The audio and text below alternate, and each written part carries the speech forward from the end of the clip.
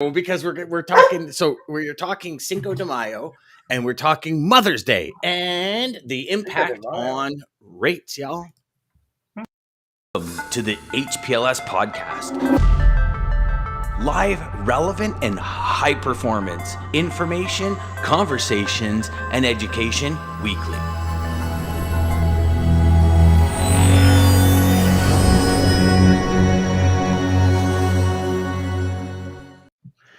Jeff standalone this morning. Jeffrey. And then Lisa's coming in. Now we've got a good 11 seconds different this morning. Oh, no. Richard comes in on a quick third. Look at that, Richard. That's awesome. Hey, we've said it, I don't know how many times on the show already. Sometimes the seemingly smaller holidays can throw a serious wrench in the freight markets. Right. Never once would Valentine's Day, prior to looking at data, never once would I think Valentine's Day, Mother's Day, Cinco de Mayo would have an impact on freight rates.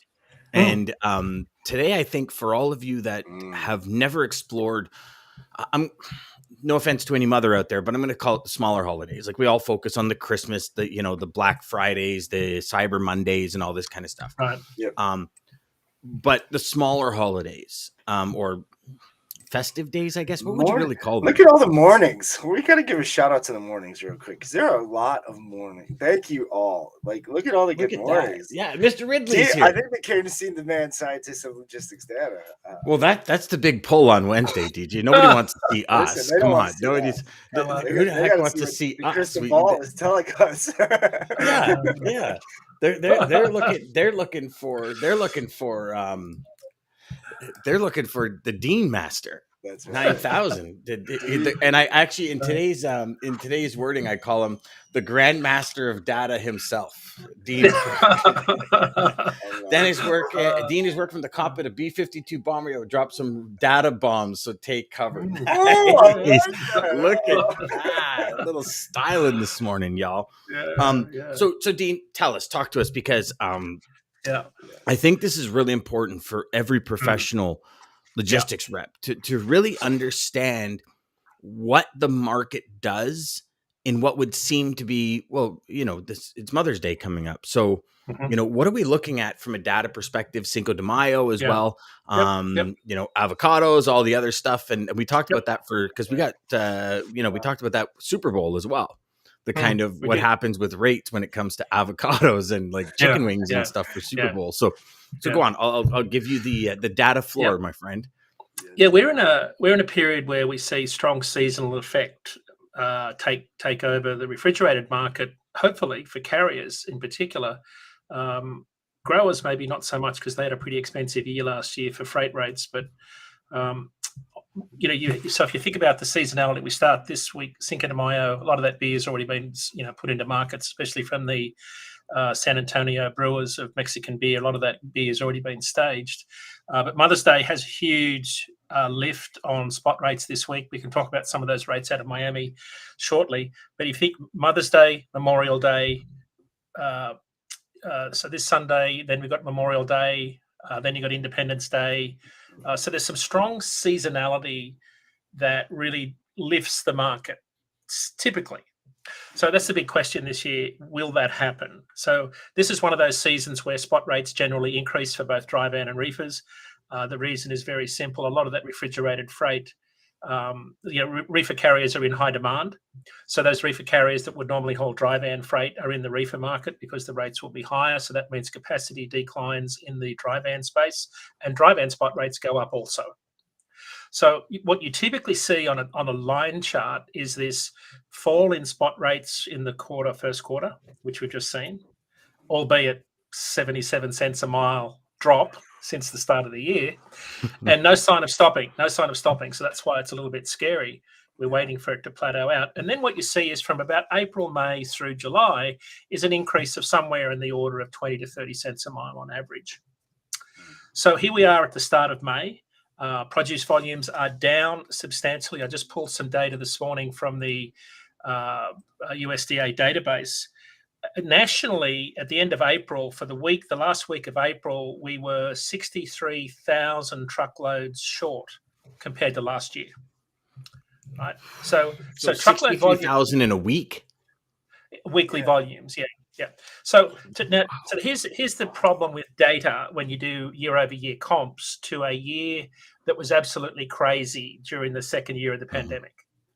So most year-over-year comps now look pretty bad when you compare to 2021. So what I did is I went back and I looked at the data in 2021. If you look at the chart, you'll just see all of the produce volumes are off the chart because we're cooking at home, ordering online at home. The freight mix is different. So what I did is I went through and I just stripped out the month of, the year of 2021 last year and looked at the last 10 years of volume. And what you see is that we're right on par with the average of the last 10 years for the month of April. So even though it's down compared to this crazy 2021, we're actually, trucking along at fairly normal volumes. Now, that said, the season is off to a much slower start. We are hauling fewer truckloads of produce at the start of this year compared to the average of the last 10 years. So it's off to a slower start. Of course, our big state is California. A lot of our volume comes from there. They've got a drought. We've got water shortages we covered on last week's show. So we're certainly off to a slower start in the produce market. But of course, if you dig into deeper lanes, this is where data is really helpful. When you look at some of the lanes this week, you will see spot rates on some of these lanes out of Miami jump substantially, as much as 50 cents a mile this week. Because and why Miami? What is it that's coming out of Miami right now for everybody watching and listening? So most of our fresh cut flowers come from equatorial countries where there's 365 days a year sunlight. Labor's a lot cheaper. They fly in on 747 jumbos. It's a south-north freight lane on the air cargo space. So it's South America to the United States. It's North Africa, Kenya to Europe. So they travel in that same time zone. And there is a little bit of crossover. So what we see is, and I've got the data here, again, we've covered it this week, but it's something like 80, is it 80, 80, I'm going to say 88% of our flowers that for Mother's Day will land in Miami. Wow. Miami's got a massive perishable handling infrastructure. They've got a massive infrastructure that can handle air to truck logistics and air to air transfers. So it's a really big hub for international air cargo. So it's well set up. It's typically this time of the year, freight rates are pretty low coming back out of that area because it's more of a backhaul lane, right? Because a lot of that volume goes south into the Miami market because it's a consumer market primarily for reefer carriers, that and Orlando. So rates are pretty handy coming back out for people to get freight moved. But this week capacity tightens, and before I get into the rates, why Miami is the second part of the question from Rose's. 61% come from Colombia and 35% from Ecuador. Oh, wow. So that's where most of our roses and carnations will come this weekend. But if I look at rate view, Miami, Chicago, for example, last year rates jumped 44 cents a mile in this week. Last year, that's average rates. Miami, that's Boston. Miami, Boston, they were 279 in April last year. They're at 274 today. That's excluding fuel. So last year they peaked at 324. There's no reason to suggest that won't happen this week. Miami, Chicago, it's at 266 today. It peaked at 250 last year after jumping 40 cents a mile in the week before Mother's Day last year.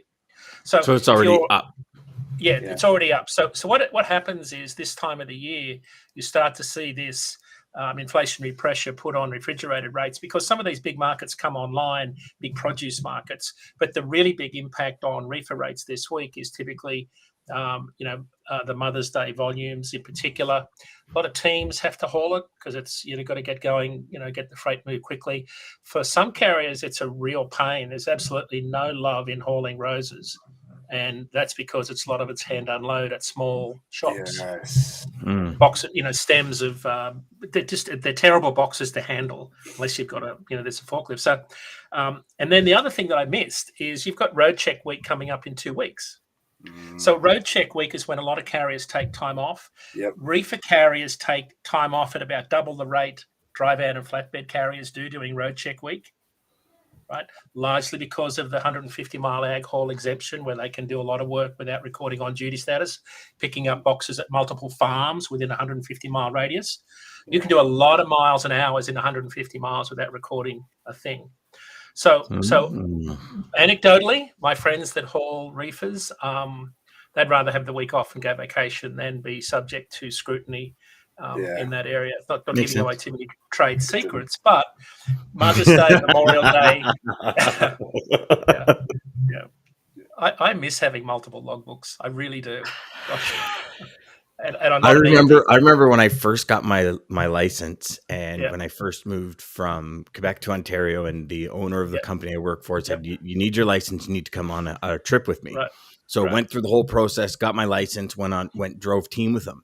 And like right when we were leaving the office, he grabbed like 4 logbooks, and I'm like, we're gonna go through, and of course, my greenness. I'm like, man, where the hell are we going? Like, you know what I mean? Like I only packed for a week, you know what I mean?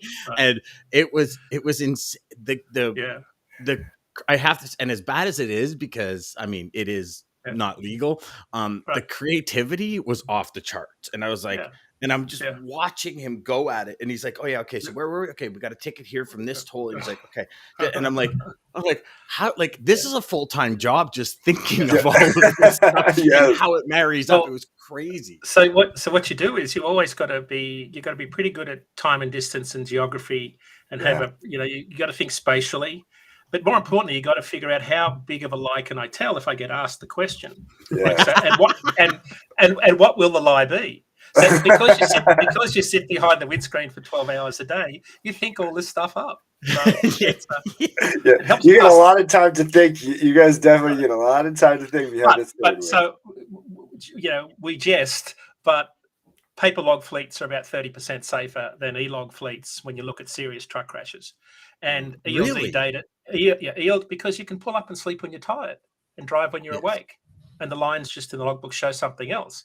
So, remember, as we've said on the show, you can be sound asleep at 75 miles an hour and still be compliant with your hours of service log.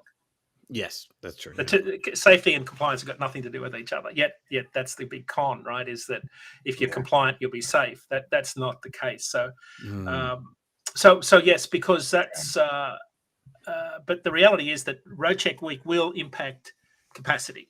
So for those of us in the intermediary space, you've got some major seasonal forces at work, and you've got road check week coming up. Anecdotally, some of the state troopers, particularly in Maine and Vermont, are hammering truck drivers this week. So it wouldn't surprise me to see them do something in advance of road check week just to catch carriers out.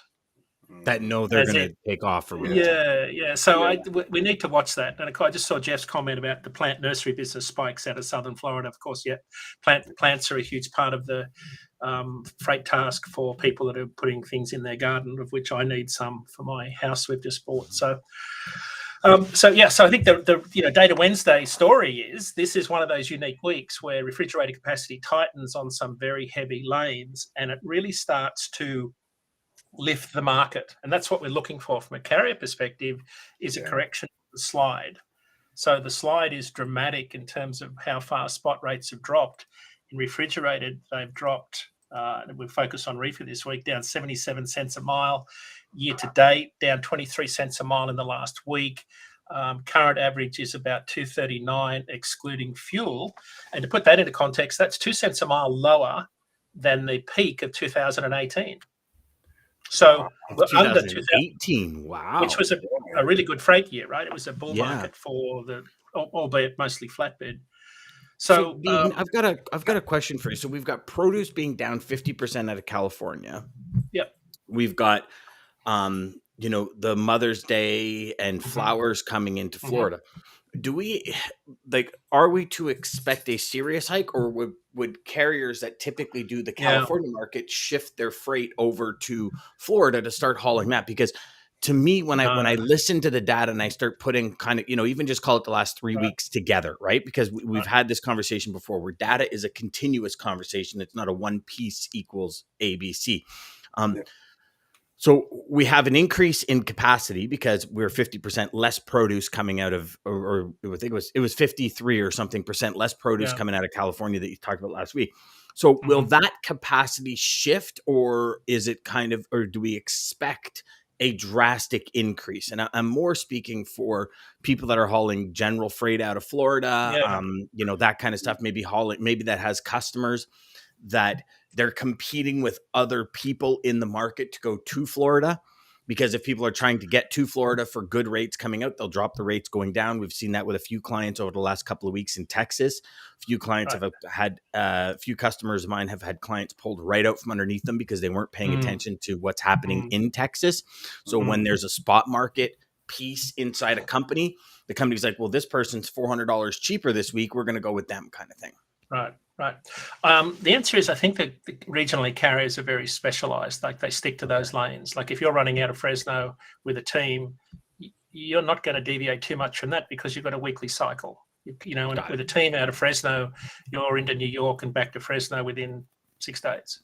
Right. With a team. Right. So I think there's, and again, I'm talking generally about how the market works. There are some exceptions to that. Some carriers will run Fresno to Miami and back. But mostly carriers are running west to east, and they're dedicated to that lane. It's the same for produce carriers. If you follow them on social media, it's Central Florida Produce Boys, it's Left Lane Express, it's Produce Mafia. When you look at these guys and where they run dedicated lanes out of Wisconsin with cheese and butter straight into Miami. They'll run produce straight back. You'll see a lot of Miami produce runs into Canada, so you'll see a lot of those dedicated carriers coming south into Miami. My experience is that if you're hauling produce out of Florida into Hunts Point, New York, you're pretty much running backwards and forwards on I-95 all the time. Because of the cyclical nature and where you've got to be each week for those loads. So I don't think the capacity will shift that much, Dan. I think it'll stay on its lanes and have to weather the storm with those rates. I'm just trying to load up the difference in the markets right now to see what Fresno's average rates were doing. But you'll see, I think capacity rates are going to increase. You will see some carriers gravitate to Miami. The thing is with Southern Florida, right, you've got to be able to get there with decent volumes to load back out. So it's a lane balance question more so than anything. You can't just run empty, down into Florida and then hope you're going to get a load of produce, because that would completely defeat the purpose. Yes, 100%. Yeah. And now, Dean, real quick, Dean, with the adjustments, because obviously you said we should see with the seasonal jump like 40, 50 cent jump up. Do you think that will, once the seasonality of that lane, do you think it'll come back down, or is it going to stay? Oh, those lanes will. So produce season in Florida peaks in May and then dies right off as it gets really hot. So you'll still have volumes coming out like watermelons now and other commodities, but it really peaks around now and falls right away. So and then it moves north into Georgia peaches, onions Georgia, and then eventually at the end of the year we'll end up in cherries out of the Imperial Valley, I think it is. Up around Stockton, Lodi, California is like the cherry capital. It's only a 6-week season. And then it moves further north up into Washington State. And so it's sort of this south to north phenomenon.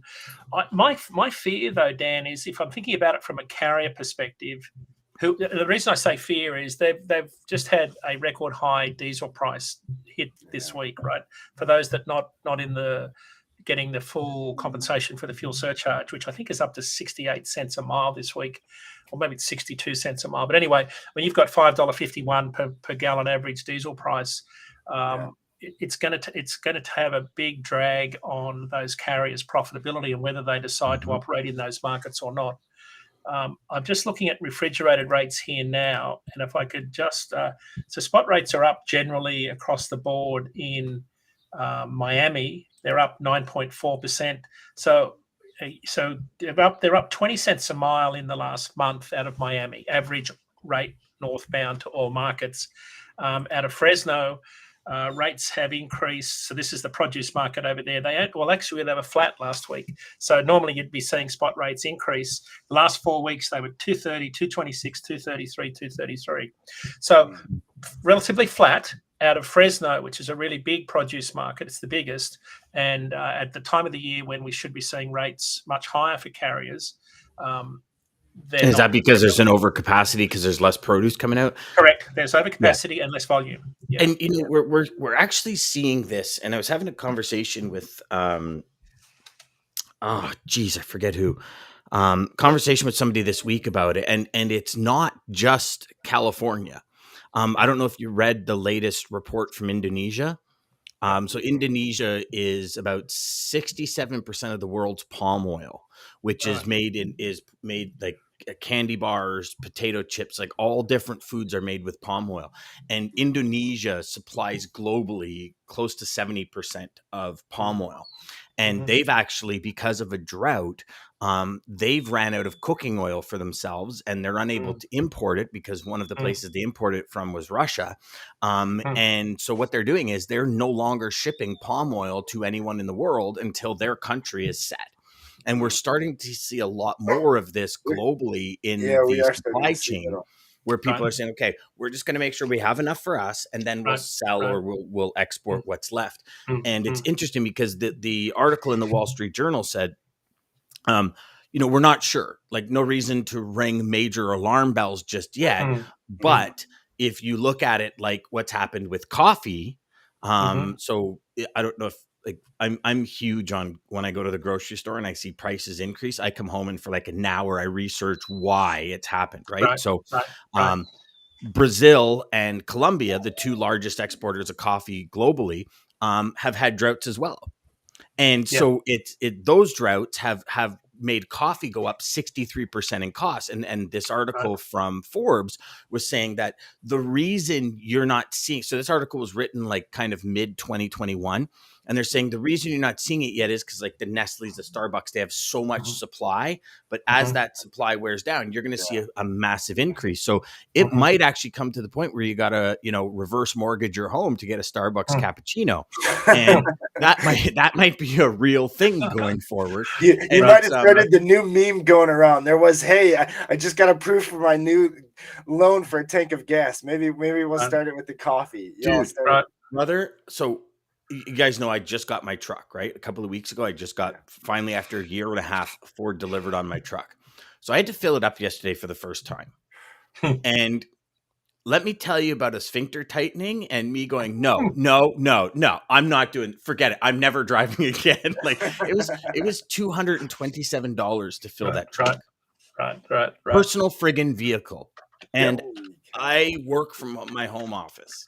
And I literally like, and don't get me wrong, I'm not that type of person that will go out and complain. I chose to purchase a truck.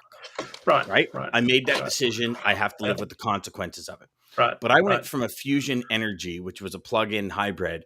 I was 2.3 liters per 100 kilometers. I was getting like 1,000 kilometers to like $42. Now I'm like the complete opposite. But a friend of, we were out for dinner on the weekend, and I was talking to my friend. He's just built a new house, and he's finding the same thing. It's like all of a sudden it's like shortages on specific things that weren't short last year are now short this year. And it's just this scales keep like we're almost in this massive ocean of uncertainty, and the scales keep tipping left and right. And it, on the weekend I went and got a can of coffee. And we usually get probably like one can a month. And so last month we usually get Folgers or Maxwell House are kind of the two coffees, and they're $6 to $8 a can.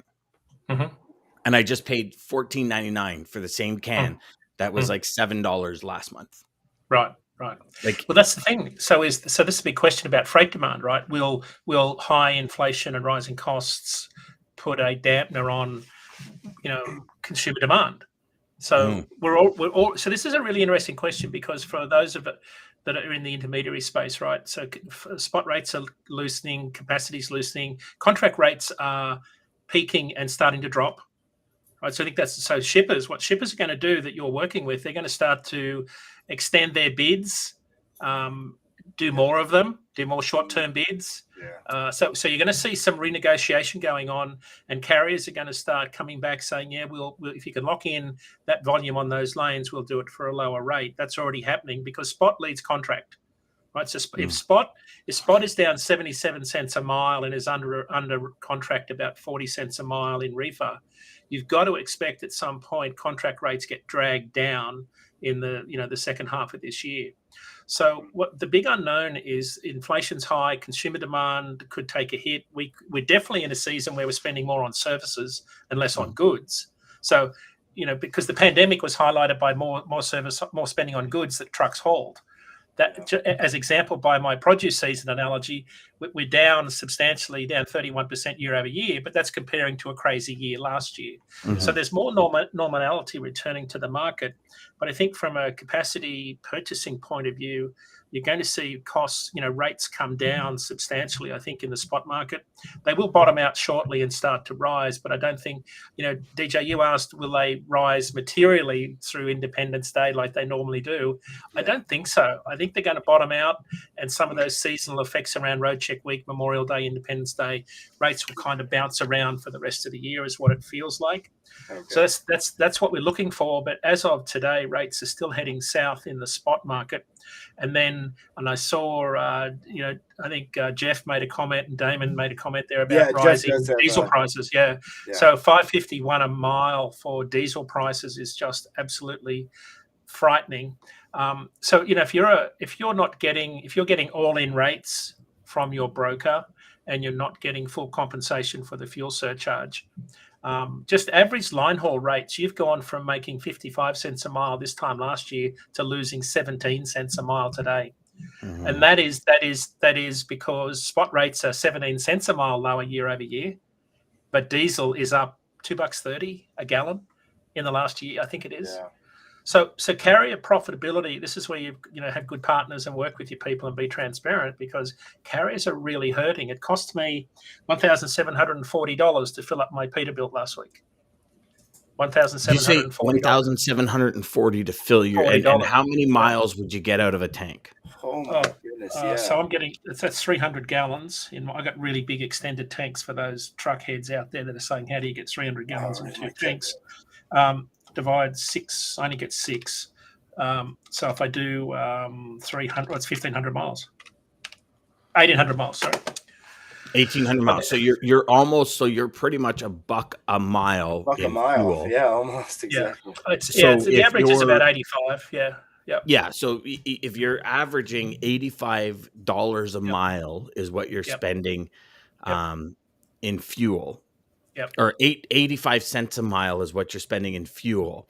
If you're running, $1.80 a mile, that's $1 to go towards truck payments, trailer payments, maintenance, driver wages, benefits, salaries, systems, electrical, gas, heat, gas for your office, heat. So it's $2.05 is the cost per mile to run my truck. $2.05, right?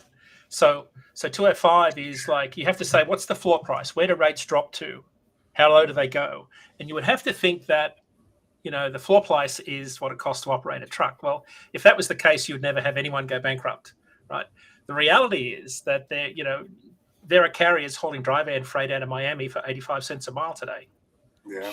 Because there's not much of it. So that's just fuel money. It's like it's not even. It's free loads basically. This is complain about $805 to fill out my 2 tanks per truck. Right. Used to. And, here's my conspiracy. He wants it back now. I think that's what he's saying. Yeah, I'm about to vent. Here's the conspiracy theory side of me coming out. Right? I feel, and again, I feel they raise prices to a certain level where we're all like, oh my gosh, what happened? And then they drop it, but we're like, oh my God, fuel's cheap. And it's so much higher than it needs to be. But it's like, they I can remember when, so I said to my wife yesterday when I filled my truck, I said, never, ever in the 30 years I've been driving, because I got my license at 16. So in the 29 years I've been driving, Never have I paid that much to put fuel in a vehicle, ever, ever. And I've had trucks many, many, many years. And, I remember when fuel went to $1 a liter in Canada, and then it went to $1.10 a liter. And then it went back down to $1. And we're like, oh man, fuel's cheap today. It's $1. Yeah. Well, a year ago it was 62 cents. You know what I mean? But they get you. I don't want to get into it because we're not. Well, these are extraordinary times. These are extraordinary times. And people say, oh, there'll be a bloodbath, blah, blah, blah. Well, what people are forgetting is that carriers just had their best year since deregulation financially last year. Now, anecdotally, I talk to carriers and they say they're pretty flush with funds and they can ride this out. They can park their trucks and take it easy. But I think the challenge is we don't know how long diesel prices are going to stay high, because there is a tightening of supply. And part of the reason diesel prices went up this week is a tightening of supply on the East Coast in particular. Yeah. So there is definitely inventory issues going on. Supply is tight, global geopolitical risk. There's tons going on. You've really got to stay in contact with the news cycle because it's changing every day for everybody in the market. And Nerf's got a good comment. It just distracted me. He's got a guy hauling 82 cents. He's happy to get out of there to buy stuff. He's still shopping at Starbucks though. He's still only getting a quarter cup of Starbucks though. That's the thing. Mocha. Frappuccino espresso.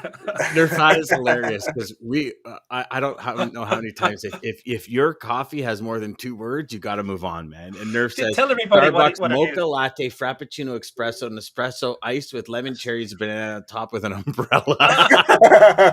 And that alone is going to cost you $17.99 US. Yeah, how much does that cost? You could run out of hours just waiting for it, right? That's a half-hour break right there. Creating a line, just saying the order. Yeah. So awesome, DJ. What do we got to bring us out today, brother? I know. So all of y'all watching and listening before we went live, DJ was struggling to pick a quote, and he's on this streak. And I think what it is, Dean, today, I wasn't sure. I had, I knew we were going to talk about Mother's Day, Cinco de Mayo, so I had a feeling, but we'll see. But again, thank you everybody for all of your comments, for joining us daily like you do, for all the good mornings, all the feedback. Dean, as always, thank you for the Triple D. Thank you. That everybody looks for this in the middle of the week. Look, if you want to get your data points right, you want to get your stuff and your information to your customer, this is the day of the week. You need to make sure you're not missing the show. We do have it replayed twice a day for all you on the West Coast who aren't early birds like some of our faithful warriors out there. It's replayed at 12 o'clock and 3 o'clock daily, LinkedIn, so check it out. Again, American Logistics, Centurion Trucking, thank you guys for everything and for making this possible. Damon, shout out to you. Thank you, Daman. People, and to all your comments. You guys are probably the best audience on any show I've ever seen. It's awesome. You guys are all over it. So thank you guys. We seriously can't thank you enough. Thank you. Quote to take us out. Sorry, my bad. I got totally trigger happy there. I was actually thought I was on the comments and I was going to pull up a comment. I'm like, boom, and I click it. I'm like, no, don't click it. So stop it. But then I clicked it again and I clicked it again. So I apologize. I'm sorry, DJ. That's okay. Were you going to put a Preet's comment? Because I was going to, but I was on the total wrong page. And then I started. So funny. Preet says, good morning. Happy wife, happy life. Isn't that the truth? Get them flower orders in. Jim Burgesson. This is a quote from him. Data will talk to you if you're willing to listen. I like it. See? So, Dean, well, that was probably a pretty safe one, DJ. That was a safe one because you knew we were talking about data. But we're picking it apart, and the way Dean's picking it apart, you have to really... Yes, context. Yes, so I'll do that. So, Dean, we've got DJ every day, sometimes the night before. He picks a quote for the show, and it is insane how bang on he is. The show takes all these remarkable turns and gets off the highway, then gets back on, then gets on the Autobahn and goes a million miles an hour, and then at the end, it somehow comes back to his exact quote. So it does, and that's why I think I'll tell you the other one I was battling with just because we're still talking about it. Mm-hmm. Torture the data, and it will confess to anything. That was the other one. That's a good one. All right. Oh, they're both really good, DJ. Rip apart. Figure it out. Yeah. Well, you have to. You have to. Yeah. Thanks, everybody. Oh, we got another comment here quickly before we leave. What do we got? Jeff says, thanks, everyone. Have a great day. Have a great day. Jeff. Thank you, everybody. And LOL from Preet. Let's get at it. Take care. Yep. See you tomorrow. Okay. Bye-bye. Welcome to the HPLS podcast. Live, relevant, and high performance information